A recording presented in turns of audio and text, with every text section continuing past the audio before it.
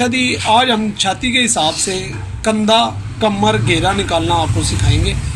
ये फार्मूला आपको बहुत ही कम लोगों ने समझाया होगा।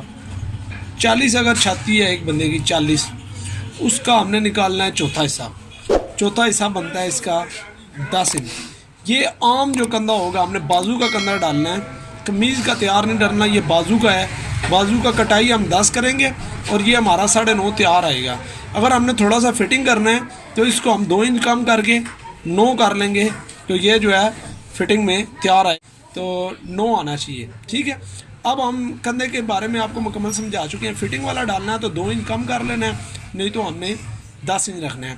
अब हम छाती के हिसाब से कमर निकालना आपको सिखाते हैं। 40 इंच है तो इसको हम इसमें ऐड करेंगे, आधा करेंगे, इसका रह जाएगा 20 में हम इसको ऐड कर लेंगे 4 इंच, तो ये हमारा आ जाएगा 24 इंच। इसकी हमने कमर निकालनी है और 1 इंच हम एक्स्ट्रा निकालेंगे तो 25 इंच का हमारा इसका घेरा आ जाएगा।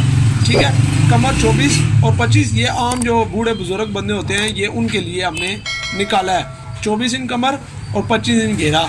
अब वही अगर बंदा आ जाता है जवान बंदा है, तो फिर हम इसका निकालेंगे जी 3 इंच, हम इसको ऐड करेंगे 3 इंच, तो ये हमारा आ जाएगा 23 इंच और नीचे से हम इसको 24 इंच कर देंगे। उसके बाद ये 23 इंच और 24 इंच हो गया, 3 इंच हमने डालना है। अब आ जाता है तो बहुत ज़्यादा फिटिंग वाला बंदा है, यानी कि जिस जो चाह रहा है कि यानी कि फुल फिटिंग हो। 40 इंच उसकी अगर छाती है, ठीक है, तो उसके अंदर हम ऐड कर लेंगे 4 इंच। ठीक है, 4 इंच ऐड करेंगे तो पीछे बचेगा ये 44 इंच हो जाएगा। उसका आग करेंगे तो 22 इंच बच जाएगा। आपने 22 इंच रख लेना है और नीचे से उसका 22.5 या 23 इंच कर लेना है, तो ये उसका जो है बन जाएगा फिटिंग वाला सूट। ठीक है, ये आप समझ सकते हैं।